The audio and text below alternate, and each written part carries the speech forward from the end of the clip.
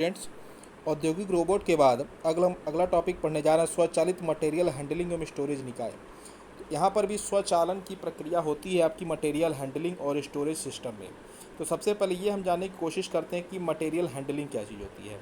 तो जो material handling का मतलब हुआ कि मटेरियल को किस प्रकार से हैंडल करना है, एक स्थान से दूसरे स्थान तक पहुँचाने की जो प्रक्रिया होती है वो मटेरियल हैंडलिंग कहलाती है। और मटेरियल हैंडलिंग के द्वारा ही आसानी से उनको समझा जाता है। तो मटेरियल हैंडलिंग जो होती है वो हमेशा किसकी होती है? मटेरियल्स की। एक स्थान से दूसरे स्थान पर पहुंचाने की जो क्रिया है वो मटेरियल हैंडलिंग होती है। हैंडल करने का मतलब यहाँ पर यह हुआ कि उसको किस प्रकार से हैंडल किया जाए, मतलब उसका रख रखाव। हैंडलिंग का मतलब होता है रख रखाव, और हैंडलिंग जो होती है वो मटेरियल की हो रही है।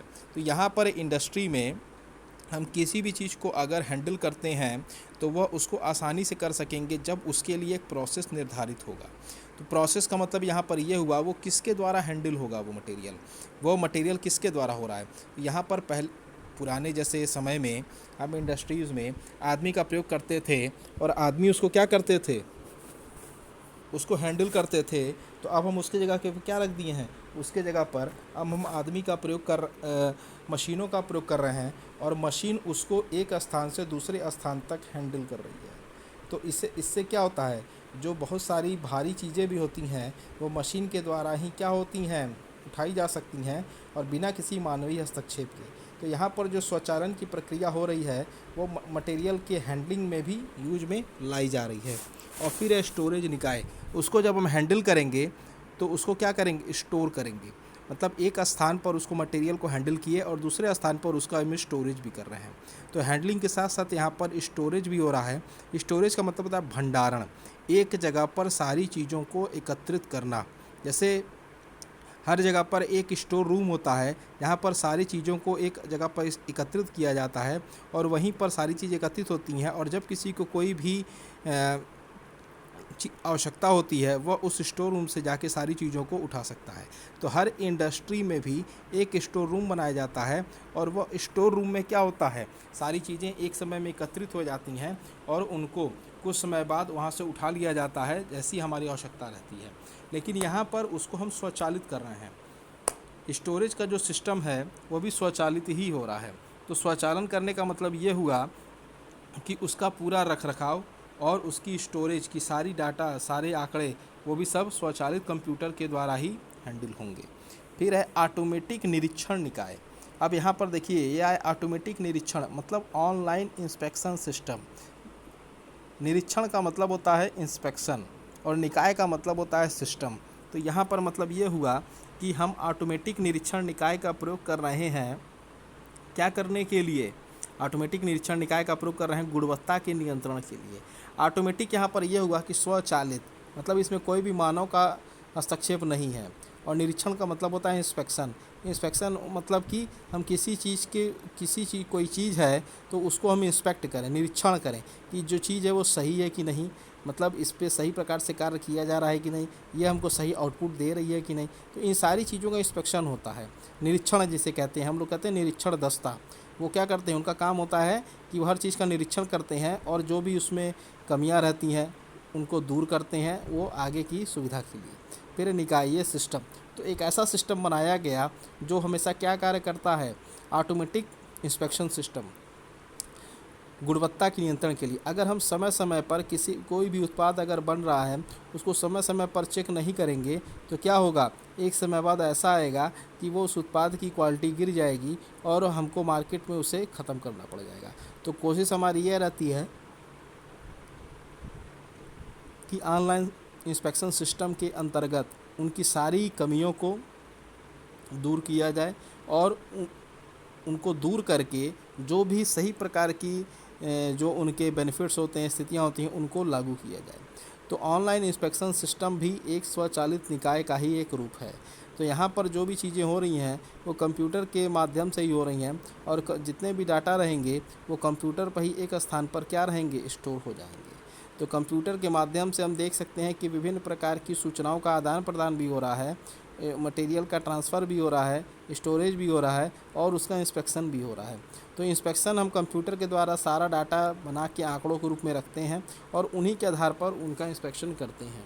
भाई कंप्यूटर इंस्पेक्शन हुआ, जैसे कोई डाटा अगर आप रखे हैं और इंस्पेक्शन आपका हो रहा है, तो क्या करते हैं, सबसे पहले कंप्यूटर के माध्यम से अपने सारे डाटा को हम फीड करते हैं कि जब इंस्पेक्शन की टीम आएगी तो वह हमारे द्वारा भरे गए कंप्यूटर के आंकड़ों के आधार पर उनको चेक करेगी। अगर उनको किसी भी प्रकार की कोई कमी प्राप्त होती है तो वह उसका वहीं पर निस्तारण करेंगे। ठीक। तो एक होता है जो कंप्यूटर के द्वारा डाटा आपको मिला और एक होता है जो प्रैक्टिकल डाटा आप चेक करते हैं। तो उन दोनों डाटाओं को क्या करते हैं, हम जब टैली करेंगे और मैच करेंगे तब हमको पता चलेगा कि क्या क्या दिक्कतें इसमें आ रही हैं और उनको हम दूर कर सकते हैं। तो गुणवत्ता के नियंत्रण को बनाए रखने के लिए आपको इंस्पेक्शन सिस्टम भी सेटअप करना पड़ता है अपनी इंडस्ट्री में, और वह इंडस्ट्री उन सारी चीज़ों को आसानी से कर सकती है। तो ये किसके अंतर्गत आएगा, ऑनलाइन इंस्पेक्शन सिस्टम के अंतर्गत ही आएगा। अब आते हैं पेज नंबर 3 पर। आप देख सकते हैं कि यहाँ पर एक इंडस्ट्री के कुछ पॉइंट्स और कुछ इसमें फ्लोचार्ट हैं कि कैसे हैंडल हो रही है। उद्योग, हर जगह पर उद्योग स्थापित किया जाता है, चाहे वो बिस्किट का हो, चाहे वो मसाले का हो, या वो पेपर का हो, ठीक, या विभिन्न प्रकार के उद्योग। तो हम बता दें आपको कि उद्योग को स्थापित करने के लिए हमें सबसे पहले कुछ चीज़ों की आवश्यकता पड़ती है, जैसे कि यहाँ पर हमने लिखा है 5 यम, 5 यम। तो 5 यम का मतलब ये हुआ, 5 यम का मतलब सबसे पहला है एक 1 एम मीन्स मैन। 1 एम का मतलब क्या हुआ, मैन। 2 एम का मतलब होता है मशीन। 3 एम का मतलब होता है मटेरियल। 4 एम का मतलब मनी और 5 एम का मतलब मार्केट। अब देखिए 5 एम आपको दिख रहे होंगे यहाँ पर। तो हमको इंडस्ट्री में यूज करने के लिए जो 5 एम का जो रूल आता है, ये भी एक रूल होता है, 5 यम रूल। 5 यम रूल। तो पहला यम है आपका जो दिखाया गया है, मैन, मशीन, मटेरियल, मनी और मार्केट। ये 5 एम आपको दिखाए गए हैं। फिर आप देख सकते हैं उसके बगल में 5P लिखा है। 5P, 1P में आपका दिखा रहा है प्लानिंग, 2P में एग्जीक्यूटिंग, 3P में कंट्रोलिंग, 4P में कोऑर्डिनेशन और 5P में मोटिवेशन। देखिए एक जगह पर 5P भी है और P के अंतर्गत इतनी 5 प्रकार की P इसमें दिखाई गई। अब हम एक एक करके इनको पढ़ते हैं और समझते हैं क्या चीज़ें हैं। उद्योग को स्थापित करने के लिए हमें जो भी चीज़ें चाहिए यम के रूप में, वो है मैन। बिना मानव के आप कोई भी इंडस्ट्री नहीं लगा सकते, क्योंकि उनका उपयोग उनको सही ढंग से निर्देशित करने के लिए होता है। मशीन, मशीन को चलाने के लिए भी हमें मानव की आवश्यकता पड़ती है। मशीन को चलाने के लिए भी मानव की आवश्यकता पड़ेगी। फिर है मटेरियल। मटेरियल का मतलब होता है सामग्री। तो सामग्री प्राप्त करने के लिए भी आपको मानव की ही आवश्यकता पड़ेगी। क्यों? क्योंकि उसको खोजना है, कहाँ से मंगाना है, कितने में मंगाना है, उसकी कॉस्ट क्या है और कितनी उसकी कैसी उसकी क्वालिटी है और कितनी उसकी क्वांटिटी में हमको यहाँ पर रखना है। तो ये सारी चीज़ें किसके अंतर्गत आएंगी, आपकी मटेरियल के अंतर्गत। फिर है मनी, जो कि अहम एक पॉइंट है। मनी, भाई मनी रहेगा तभी हम कार्य करने वाले मैन को या श्रमिक को पगार भी दे पाएंगे, मशीनों का रख रखाव भी कर पाएंगे, मशीनों को खरीद पाएंगे, मटेरियल को खरीद पाएंगे और मार्केट में उसे उतार पाएंगे। तो जो मनी फैक्टर है वो बहुत इंपॉर्टेंट इस पॉइंट ऑफ व्यू से है, क्योंकि उसको हर जगह पर कहीं ना कहीं अपना योगदान देना है। फिर है मार्केट। हम मैन भी रख दिए, मशीन भी रख लिए, मटेरियल भी खरीद लिए, मनी लगा दिए, लेकिन अब हम करें तो करें क्या। प्रोडक्ट मेरा बन गया, अब उसको मार्केट में हमको क्या करना है, डिस्पैच करना है। अगर उसको हम मार्केट में नहीं रखेंगे तो क्या होगा, वह बिकेगा ही नहीं। तो उसको फिर क्या करेंगे, भाई जो भी उत्पाद हमारा बनता है उसको मार्केट में हमको रखना पड़ता है। बिना मार्केट में रखे हम उसको क्या समझ नहीं पाएंगे कि कैसे ये बिकेगा। तो मार्केट का होना अति आवश्यक है। फिर है आपका पी। अब पी का यहाँ पर मतलब ये हो गया कि हम इससे पहले भी आपको हम बता चुके हैं मैनेजमेंट के टॉपिक्स में कि प्लानिंग सबसे पहली चीज़ होती है। प्लानिंग, प्लानिंग का मतलब होता है नियोजन। तो यहाँ प्लानिंग का मतलब ये हुआ कि हम जो भी सामान मार्केट में बना रहे हैं या जो हमको उतारना है, उसकी पहले हम प्लानिंग करेंगे कि हमें क्यों इसको प्लान करके बनाया, क्या मेरा उद्देश्य था। भाई हर इंडस्ट्री किसी न किसी प्लानिंग के तहत ही कार्य करती है कि हर इंडस्ट्री का एक अलग ही मटेरियल या प्रोडक्ट होता है। ऐसे कुछ प्रोडक्ट पार्ले जी हैं, जैसे बिस्किट बनाने की फैक्ट्री पार्ले जी है, शूज़ बनाने की एआरपी है, ठीक। तो विभिन्न प्रकार की फैक्ट्रियां या आपकी इंडस्ट्रीज़ हैं जो एक नियमित उत्पाद को, निर्धारित उत्पाद को बनाने की क्रिया करती हैं, लेकिन उनको बनाने से पहले उनकी पहले पूरी प्लानिंग की जाती है, पूर्ण तरीके से नियोजित किया जाता है कि फला इंडस्ट्री में इस सिस्टम पर, इस पॉइंट पर यह कार्य होगा। और उनकी प्लानिंग क्या है, प्लानिंग उनकी कि मशीनों को कहाँ से ख़रीदना है, कैसे चलाना है, कैसे सिस्टम डेवलप करना है, क्या बनना है, किस प्रकार के उसमें स्टाफ्स को रखना है। तो ये सारी चीज़ें किसके अंतर्गत आएंगी, प्लानिंग के तहत ही आएंगी। फिर है एग्जीक्यूटिंग। एग्जीक्यूटिंग का मतलब होता है उनको सही ढंग से संचालन, उनको एग्जीक्यूट करना, उनको निर्देशित करना कि आपको जो ये कार्य दिया गया, जो प्लान में हमारे रखा है, उसी के अनुसार एग्जीक्यूशन भी होना चाहिए। मतलब उनको निर्देश भी जो होगा वो प्लान के अनुसार ही मिले, तभी जाके कि इंडस्ट्री सही ढंग से चल पाएगी।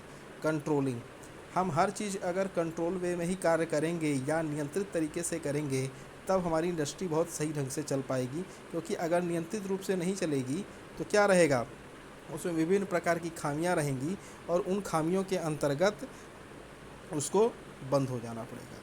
तो कंट्रोलिंग जो होती है वो हर स्तर पर बहुत ही महत्वपूर्ण रोल रखती है।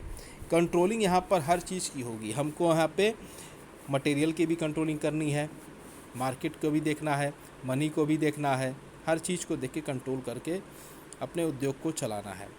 फिर है कोऑर्डिनेशन, सबका सहयोग। बिना कोऑर्डिनेशन के कोई भी इंडस्ट्री नहीं चल पाती है। तो कोऑर्डिनेशन जब सबका रहेगा, तभी जाके सहयोग रहेगा, तभी जाके एक इंडस्ट्री सही ढंग से चल पाएगी। फिर है मोटिवेशन। अब आइए हम कहते हैं मोटिवेशन क्या चीज़ होती है। मोटिवेशन का सीधे तौर पर मतलब होता है आपको मोटिवेट करना, मीन्स अभिप्रेरणा देना। आप जानते भी होंगे कि अभिप्रेरणा दो प्रकार की होती है, एक होती है पॉजिटिव और एक होती है निगेटिव। एक है धनात्मक अभिप्रेरणा और एक है ऋणात्मक अभिप्रेरणा। अगर कोई भी व्यक्ति कोई कार्य कर रहा है तो अगर आप उसको अप्रिशिएट करेंगे, तो अप्रिशिएट का मतलब उसके कार्य को देखकर उसको बढ़ावा देंगे, उसको उत्साहित करेंगे, उसे कहते हैं धनात्मक उत्प्रेरणा। कोई कार्य कर रहा है, अगर आप उसको उत्साहित न कर पाएँ और उसको बार बार उसकी गलतियों का एहसास दिलाते रहें, तो क्या होता है, वो ऋणात्मक हो जाता है, ठीक। तो मोटिवेशन अगर जब तक कर्मचारियों के बीच में नहीं रहेगा, कार्य सही ढंग से नहीं हो पाएगा। तो हम देख सकते हैं कि अभी हम पढ़े 5M रूल और 5P, इनके बीच में एक देखें पथ बना है।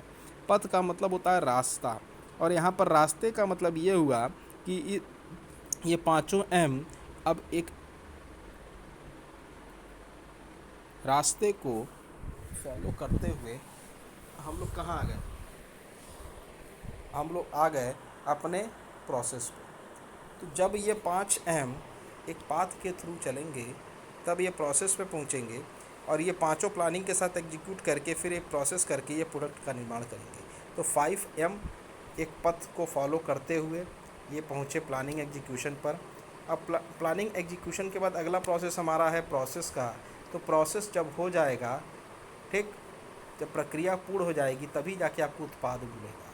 तो यहाँ पे कह सकते हैं कि 5M और 5P ये दोनों क्या हैं, इनपुट है। ये दोनों क्या चीज़ हैं, हम इनपुट मान के चलेंगे, और यह इनपुट ही प्रोसेस होने के बाद आउटपुट में परिवर्तित हो जाते हैं। क्योंकि अगर 5M और 5P न रहें, तब आपका प्रोसेस नहीं हो पाएगा और न ही आपको आउटपुट प्राप्त होगा। तो कोई भी इंडस्ट्री स्थापित करने के लिए हमको 5M और 5P रूल को मानना पड़ेगा और समझना पड़ेगा, और इसी के द्वारा हम उसको कार्य कर पाएंगे। तो 5M और 5P is a very important role in the industries, so we can create a good industry in the form of 5M and 5P। तो 5M और 5P का जो रूल है वो इनपुट के स्तर का रूल है, और इसी के द्वारा प्रोसेस करके हमको आउटपुट प्राप्त होता है। ठीक, तो आप देख सकते हैं। और आउटपुट के रूप में हमको क्या मिल रहा है, एक प्रोडक्ट प्राप्त हो रहा है। 5M के बीच में एक पाथ दिखाया गया और वो पाथ फॉलो कर रहा है 5P पर, और 5P से वो चला गया प्रोसेस पर। तो 5M और 5P is input, 5M and 5P is input, then we create a process and then it forms a product। मतलब 5M और 5P एक इनपुट है, मतलब प्रारंभिक यूनिट है। और ये प्रारंभिक यूनिट जब प्रोसेस के साथ क्रिया करती है तब जाके हमको आउटपुट या उत्पाद प्राप्त होता है। अब उत्पाद जो प्राप्त होगा वो इन्हीं के संयोजन के द्वारा ही होगा, और तब जाके हम कहेंगे कि यह उत्पाद यह इस इंडस्ट्री के द्वारा बनाया गया है या उद्योग द्वारा संचालित हो रहा है। तो ये बड़ी इम्पोर्टेंट चीज़ आपको देखने को मिल रही है कि ये एक फ्लो चार्ट जो है पेज नंबर 3 पर इंडस्ट्री एक उद्योग को स्थापित करने में किन किन चीज़ों की आवश्यकता यहाँ पर हमको पड़ रही है। ठीक, 5M एंड 5P ये एक पाथ के बीच में फॉलो करेंगे, ये प्रोसेस की प्रक्रिया के द्वारा जाएंगे और तब जाके हमको उत्पाद प्राप्त होगा। अब आते हैं कि स्वचालन क्या चीज़ होती है। स्वचालन उत्पादन की वह कला है जिसके अंतर्गत हम मैकेनिकल इलेक्ट्रॉनिक्स तथा कंप्यूटर पर आधारित उपकरणों का प्रयोग करके किसी संस्थान में उत्पादन को आसानी से नियमित और नियंत्रित करते हैं। अब देखिए यहाँ पर एक चीज़ और समझ में आ गई कि स्वचालन, अभी हम लोग जो है उसी को हम थोड़ा और विस्तार समझा दें कि स्वचालन एक कला है। स्वचालन इज़ एन आर्ट, कला, जिसके अंतर्गत मतलब इसके द्वारा हम मैकेनिकल यांत्रिक इलेक्ट्रॉनिक विद्युत तथा कंप्यूटर पर आधारित उपकरणों का प्रयोग करके, मीन्स आप यहाँ 3 चीज़ देख लीजिए आप, mechanical, electronics and computer based जो आपके उपकरण रहेंगे, मतलब जो आपके डिवाइस रहेंगे, उनका प्रयोग करके हम किसी संस्थान में, मतलब किसी एक स्थान पे उत्पादन को, प्रोडक्शन को आसानी से संचालित और नियमित कर सकते हैं। तो अब देख लीजिए कि स्वचालन वह कला है जिसके द्वारा यांत्रिक, विद्युत तथा कंप्यूटर पर आधारित उपकरणों का प्रयोग करके किसी संस्थान में उत्पादन को नियंत्रित और नियमित कर सकते हैं। और इसको दूसरी भाषा में और समझा दें आपको हम क्लियर भाषा में कि स्वचालन वह कला है जिसके अंतर्गत मैकेनिकल के द्वारा बने कल पुर्जों या ढांचा, विद्युत का मतलब जहाँ पे हमको पावर स्रोत, जहाँ पे हमको विद्युत सप्लाई प्राप्त होती है, तथा कंप्यूटर, और कंप्यूटर के द्वारा हमको सॉफ्टवेयर या प्रोग्राम मिलते हैं। तो मैकेनिकल जो होता है उसके द्वारा हमेशा इंफ्रास्ट्रक्चर या ढांचा तैयार किया जाता है। तो मैकेनिकल जब ढांचा तैयार करेगा तो इलेक्ट्रॉनिक्स विभाग के द्वारा उसमें विद्युत का प्रवाह किया जाएगा। तब विद्युत का प्रवाह होगा, वो स्टार्ट हो गया तो उसमें हमको प्रोग्रामिंग सेटअप करनी होगी, और वो प्रोग्रामिंग सेटअप हमेशा कंप्यूटर के विभाग के द्वारा ही की जाएगी। तो इसमें आप देख सकते हैं 3 विभागों का प्रयोग किया जा रहा है स्वचालन को चलाने के लिए। सबसे पहला विभाग है मैकेनिकल, जो कि उसका ढांचा तैयार करता है। दूसरा है इलेक्ट्रॉनिक्स, जो कि उसमें विद्युत का प्रवाह संचालित कराता है। और तीसरा विभाग है कंप्यूटर साइंस, जो उसमें विभिन्न प्रकार के सॉफ्टवेयरों को संचालित करने के लिए निर्देशित करता है। तो जब इन 3 विभागों का हम प्रयोग करेंगे तब किसी संस्थान में हम उत्पाद के निर्माण के लिए उनको नियंत्रित और नियमित तरीके से बनाने में अपना योगदान दे सकते हैं। तो एक बार और समझ लीजिए कि स्वचालन वह कला है जिसके अंतर्गत यांत्रिक, विद्युत तथा कंप्यूटर का प्रयोग करके किसी संस्थान में उत्पादन की प्रक्रिया को नियंत्रित और नियमित किया जा सकता है। अब देखिए 3 ब्रांच इसका हम प्रयोग बता रहे हैं आपको कि 3 ब्रांच का मतलब मैकेनिकल, इलेक्ट्रॉनिक्स और कंप्यूटर साइंस। जब इन तीनों को हम इकट्ठा कर देते हैं, समावेश हो जाता है, और जब उपकरण पर ये कार्य करेंगे तब जाके किसी भी संस्थान में या किसी भी जगह पर या किसी भी उद्योग में क्या होता है, एक उत्पाद बनता है और उसको हम सही ढंग से नियमित और नियंत्रित कर सकते हैं। और यहाँ पर स्वचालन का सीधे तौर पर मतलब हुआ ऑटोमेटिक। तो स्वचालन उत्पादन की वह कला है जिसके अंतर्गत हम मैकेनिकल, इलेक्ट्रॉनिक्स तथा कंप्यूटर पर आधारित उपकरणों का प्रयोग करके किसी संस्थान में उत्पादन को आसानी से नियमित और नियंत्रित करते हैं। अब आइए स्वचालन का विकास कैसे हुआ, अब ये जानिए।